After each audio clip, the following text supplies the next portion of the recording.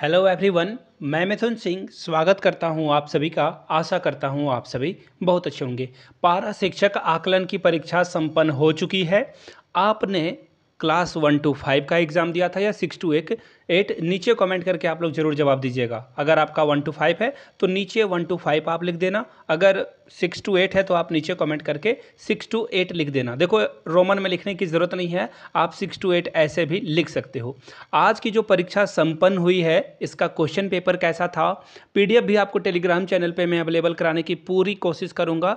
आप Telegram channel को join कर लीजिए। नीचे कमेंट सेक्शन में टेलीग्राम चैनल का लिंक है, वहां से नहीं मिलता हो तो आपको डिस्क्रिप्शन बॉक्स से तो टेलीग्राम चैनल का लिंक मिल ही जाएगा। तो फिलहाल पारा शिक्षक आकलन परीक्षा जो 30/7/2023 को संपन्न हुआ है, एग्जाम रिव्यू में हम लोग देखने की कोशिश करेंगे कि एग्जाम कैसा था। यहाँ से आप पेपर देख सकते हो और परीक्षा की जो अवधि थी वो 2 घंटे 30 मिनट थी। तो चलिए पेपर को हम लोग ओपन करते हैं और देखने की कोशिश करते हैं कैसा पेपर था।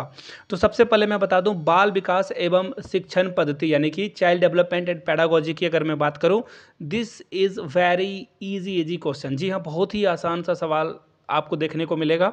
अगर आपने सी टेट या फिर जे टेट की परीक्षा दी है तो आपको पता होगा, उससे भी जो इसका एवरेज था वो बिलो था। ठीक है ना।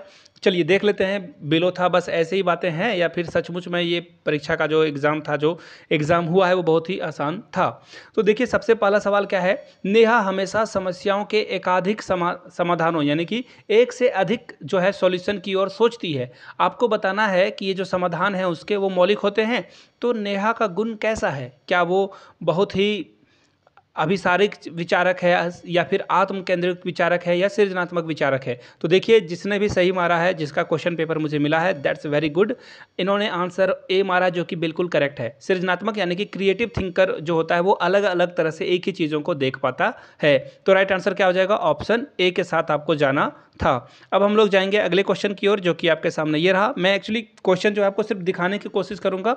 अलग से अगर आपको वीडियो चाहिए होगी ना अलग अलग सब्जेक्ट की, या फिर एक बार में ही कंपाइल करके एक वीडियो बन जाएगी, तो नीचे कमेंट करके जैसे अगर आपको सीडीपी चाहिए होगा तो सीडीपी लिख देना, अगर आपको साइंस वाला पोर्शन चाहिए होगा तो साइंस लिख देना, अगर आपको मैथ वाला चाहिए होगा तो मैथ लिख देना, और इसी तरह से अगर आपका इंग्लिश हिंदी या लैंग्वेज की पेपर की बात करूं वो अगर चाहिए होगा तो वो नीचे कमेंट करके आप बता देना। चल देखिए इसी तरह से जो कुछ पेपर है ना, सवाल पेपर में जो सवाल आए थे वो बहुत ही आसान आए थे। निम्नलिखित में से किन विद्यार्थियों को अध्यापक के ध्यान की आवश्यकता है। तो देखिए आप क्लास में पढ़ा रहे हो, वो बोलते हैं ना कि माँ बाप के लिए जो है सभी बच्चे एक समान होते थे, उसी तरह से अगर कोई बच्चा बहुत तेज़ है या फिर बहुत कम तेज़ है, अंतर्मुखी है या फिर मंद गति से सीखता है, सभी को आपको बराबर ट्रीटमेंट देना चाहिए। तो बहुत ही आसान से सवाल थे। अब देखिए कुछ और चीज़ों को हम लोग देख लेते हैं। देखो हमेशा आपको याद रखना चाहिए कि कभी भी जो है रटंत विद्या को यहाँ पे जोर नहीं दिया जाता है, रटने पे बच्चों को जोर नहीं देना है। तो मैंने अभी एक क्वेश्चन चलते चलते देख लिया था, वेट ए मिनट में आपको भी दिखा दूँ। देखिए कंठस्थीकरण, ये सब वर्ड, यही सब जो टर्म है ना, जब भी दिखे आपको इसे लेना नहीं है, इसे छोड़ देना चाहिए आपको। तो फिलहाल आगे बढ़ेंगे और इसी तरह से कुछ सवालों को देखते हैं। मैं एक्चुअली इसमें इंटरेस्टेड हूँ ना कि एग्ज़ाम में जो पैटर्न था वो कैसा था और कितने सॉल्व आपने करे। हाँ, ये सवाल तो मैं शुरू में ही पूछने वाला था आप लोगों से, आप लोगों ने कितने सवाल सॉल्व किए और आपको कौन सा सेक्शन सबसे डिफ़िकल्ट लगा वो नीचे कमेंट करके बताइएगा। मैंने सुना है कि जो साइंस वाले पोर्शन थे, जी हाँ, जूलॉजी बॉटनी या फिर आप मैथ बोल लो, वो पेपर थोड़े से डिफ़िकल्ट थे, ऐसा पारा शिक्षकों का कहना है। मैंने कम से कम 20-30 लोगों को फ़ोन मिलाया और उनसे पता किया, उनके पेपर बहुत ही डिफ़िकल्ट थे साइंस और मैथ के। लेकिन आपका पेपर कैसा गया ये बहुत ही इंपॉर्टेंट है। मैं बार बार कहता हूँ कि आपको दूसरे से मतलब नहीं होना चाहिए, आपने कैसी परीक्षा दी है वो आपके लिए बहुत ही इंपॉर्टेंट है। इसी तरह से देखिए मैं आपको नीचे लिए चलता हूँ और यहाँ से देखो आप, निम्नलिखित अवधि में किसमें शारीरिक वृद्धि और विकास वृद्धि तीव्र गति से घटित होता है। तो किशोरावस्था, वयस्क अवस्था या फिर शैशवावस्था। तो यहाँ से बहुत सारे सवाल आपको देखने को मिलेगा। देखिए एनसीएफ 2005 से भी सवाल पूछा गया था, तो बार बार एनसीएफ से भी सवाल आते हैं। तो यहाँ देखिए एनसीएफ से भी सवाल था कि बच्चों को सक्रिय और सरल रखना है, जो कि बहुत ही सही जवाब था। आगे देख लो आप, इसी तरह से कुछ और सवालों को हम लोग देखने की कोशिश करेंगे। एक्चुअली कोई भी जो है साइंटिस्ट वाले क्वेश्चन आपको यहाँ पे देखने को नहीं मिलेगा। वो होते हैं ना साइकोलॉजिस्ट, मनोवैज्ञानिक, उनके सवाल यहाँ पे आपको देखने को नहीं मिलेगा। समावेशी शिक्षा से सवाल बहुत आए थे।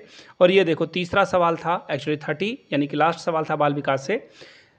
यह संप्रेषित करें कि कक्षा कक्ष में सभी संस्कृतियों का सम्मान करता है और मूल्य देता है। बिल्कुल सही बात है। वह विद्यार्थियों के बीच तुलना को अधिकतम जो है वैल्यू दे, ऐसा नहीं है। आप कभी भी विद्यार्थियों के बीच जो है कंपैरिजन नहीं करोगे। देखिए जब भी कंपैरिजन की बात आ जाए, आपको उससे बचने की ज़रूरत है। कंपैरिजन को कभी भी आप प्रमोट नहीं करोगे एज अ टीचर। तो ये बहुत ही आसान सा सवाल था, इसका ए आंसर करेक्ट था। आगे मैंने कहा ना आपको कि ये तो सिर्फ और सिर्फ एक एग्ज़ाम रिव्यू ओवर रिव्यू करने की कोशिश की। अब मैं आप लोगों को सीडीपी, साइंस, मैथमेटिक्स और इंग्लिश और हिंदी के जो सवाल है वो मैं आपको जो है अलग से जो है पूरे 30-30 क्वेश्चन को जो है सॉल्व कराकर एक वीडियो अपलोड कर दूंगा। तो आप उसे ज़रूर देख लेना। नए हो तो चैनल को सब्सक्राइब करते हुए जाइए। ये वीडियो आधे घंटे में डल जाएगी, मैं रिकॉर्ड करने ही वाला हूँ। ये वीडियो खत्म करूँगा और उसे रिकॉर्ड करूँगा। वीडियो अच्छा लगा हो तो अपने दोस्तों और रिश्तेदारों तक इसे ज़रूर शेयर करें। वीडियो को यहाँ तक देखने के लिए आप सभी का बहुत बहुत शुक्रिया। Have a good day.